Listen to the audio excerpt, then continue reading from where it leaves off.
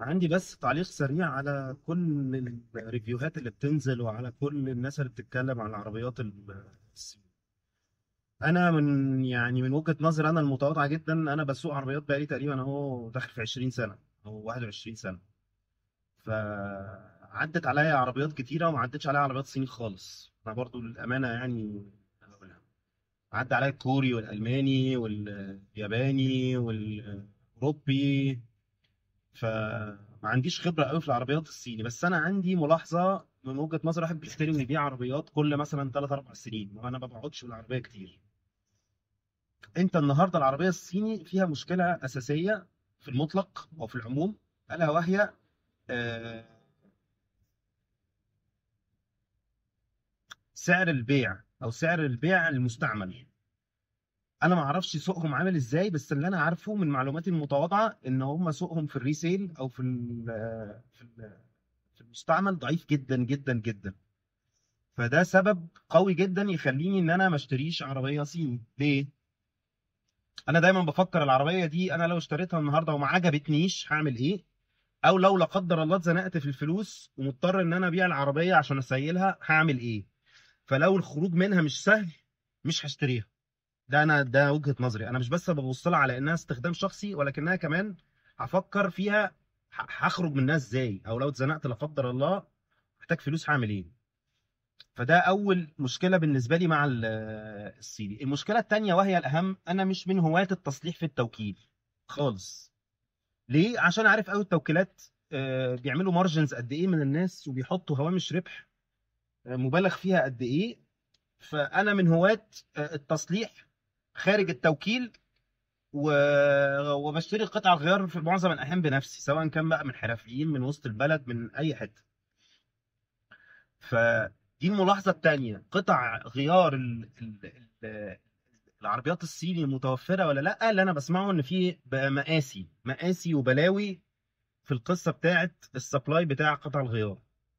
فدي تاني مشكلة. تالت مشكلة بقى اللي هما بيسموها الديورابيليتي أو الاعتمادية بتاعت مش الاعتمادية، العمر الافتراضي للعربية. يعني احنا عارفين العربيات الأوروبي والأمريكاني وحتى الياباني بتقعد على يعني انت ممكن لو قعدت بيها 10 سنين ما يجرالهاش حاجه. فهل ده ينطبق على العربيه الصيني؟ مش عارف. العربيات دي بتستحمل ولا لا مش عارف، ما اظنش. ما شفتش عربيه انا سايقه في الشارع بقالها اكتر من 10 سنين الا وحالتها يعني اللهم احفظنا يعني، تحس العربيه خرده ماشيه في الشارع. بينما انا مثلا هديكوا مثلا ملاحظه، مثلا عربيات الفيات مثلا او البيجو ال 504 والفيات ال 31 وال 32 وال 28 وال 7، الحاجات دي كانت فضلت لغايه يعني من ال 20 وال 30 سنه ماشيه في الشارع ما بيجرالهاش حاجه. ونفس الكلام الاوبيلات ونفس الكلام المرسيدسات ونفس الكلام البي امات. فهل في اعتماديه؟ هل العربيات دي بتعيش ولا لا؟ ما عنديش فكره. ما اظنش. على الاقل الاجيال القديمه من الصيني وحتى الاجيال الجديده انا ما اعرفش هم بيجيبوا ايه. نخش بقى على النقطه الاهم دلوقتي. هل العربيات الصيني تتفوق على العربيات الاوروبي والعربيات الكوري والياباني؟ اختلف شويه انا في وجهه النظر دي. ممكن يكونوا بيتفوقوا او عندهم تكنولوجي اعلى شويه في البطاريات او في العربيات الكهرباء او الهايبريد، ولكن انا ما اظنش ان هم عندهم نفس المميزات دي في العربيات الاحتراق الداخلي او المواتير العاديه. وانا اتذكر ان معظم العربيات الصيني وخصوصا عربيات البراندات الشهيره يعني كان فيها مشاكل كتيره قوي في الفتيس وفي الموتور، وبيحرقوا زيت كتير قوي، زيت فتيس وزيت موتور، وخصوصا موديلات التربو. فهل هم في الاحتراق الداخلي يعتمد عليهم؟ لا. انا ما احطهمش حتى في التوب 5 او في التوب 6 من الاحتراق في الاحتراق الداخلي. لما يجي نبص على الدول اللي بتصدر عربيات في الكهرباء ممكن اديهم طبعا مميزات، ولكن انا عندي بقى مشكله تانية مع الكهرباء. انا مش حابب ان اركب كهرباء، ومش قادر اقتنع ان العربيات الكهرباء دي عربيات يعتمد عليها، وخصوصا في مصر. وهقول لكم برضو ليه.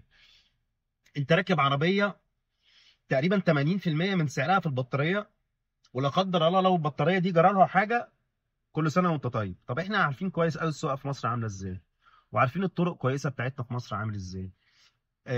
انت لو خدت نقره او خدت مطب، مش مطب، حتى غطا بلاعه مش مقفول كويس، ممكن تجيب لك شاسيه او تجيب لك حله الفتيس. هل انت مستعد ان انت لا قدر الله تاخد لك واحده من النقر دي ولا واحده من المطبات دي في عربيه فيها البطاريه كلها واخده الشاسيه من اوله لاخره، تعور البطاريه وساعتها البطاريه باظت؟ ما اعرفش، انا ممكن اكون بتخيل حاجات، يمكن يكون الموقف ده ما حصلش مع حد، ولكن انا بس انا دايما بفترض الأسوأ في السواقه، وخصوصا في مصر عشان السواقه عندنا للاسف سيئه. فهل النهارده لو العربيه البطاريه اتخبطت هعرف اغير البطاريه؟ مش عارف، اشك. تقريبا هتبقى توتال لوس، هتترمي زي الموبايل كده لما البطاريه بتاعته بتبوظ بيترمي. ولكن العربيه الاحتراق الداخلي او العربيه المواتير العاديه بتتصلح، يعني لو فيها ايه، لو متعجنه كلها بتتصلح، لكن دي قصه تانية. وهنا يجي برضو السؤال اللي انا ما اعرفش برضو اجابته، يمكن حد من المعلقين او المشتركين في القناه يجاوبني عليه. هل في ناس بتعرف تشتغل مراكز صيانه، بتعرف تشتغل في عربيات الكهرباء وبتصلحها وبتغير بطاريات وبتغير الدينامو مثلا، او بتغير بتعرف تعمل صيانه لعربيات الكهرباء الجديده اللي هي التكنولوجيا العاليه دي؟ يا ريت تقولوا لي. نفس الكلام ينطبق على الهايبريد. الهايبريد يمكن انا اقتنع بيه شويه عن الكهرباء اللي هو الفول الكتريستي، انا اقتنع بالهايبريد اكتر.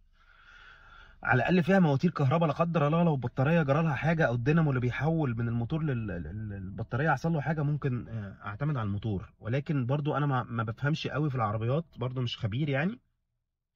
ولكن من وجهه نظري المتواضعه كملخص، يعني مصر عايزه حاجه عمليه جدا، مش عايزه حاجه ولا هي لكجوريوس، حاجه رفاهيه قوي، ولا عايزه حاجه تكنولوجيكلي او في التكنولوجيا عاليه قوي زي الكهرباء الصيني.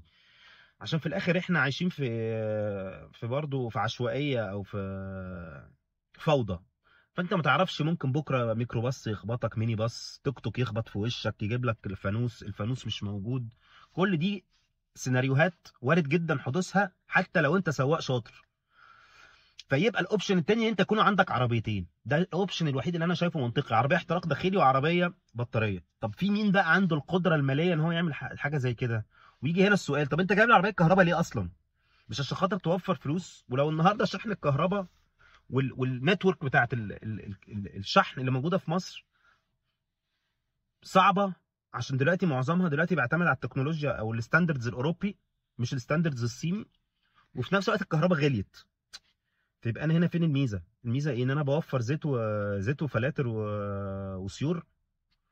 طب ما انا الناحيه التانيه هغير برضو حاجات تانيه، هغير حاجات ليها علاقه بالكهرباء، هغير حاجات ليها علاقه بالكاوتش، عشان بيقول لك البطاريه بتبقى تقيله فبتخلي الكاوتش بيتحمل عليه اكتر، بيستنفذ اسرع من الكاوتش في العربيات العاديه.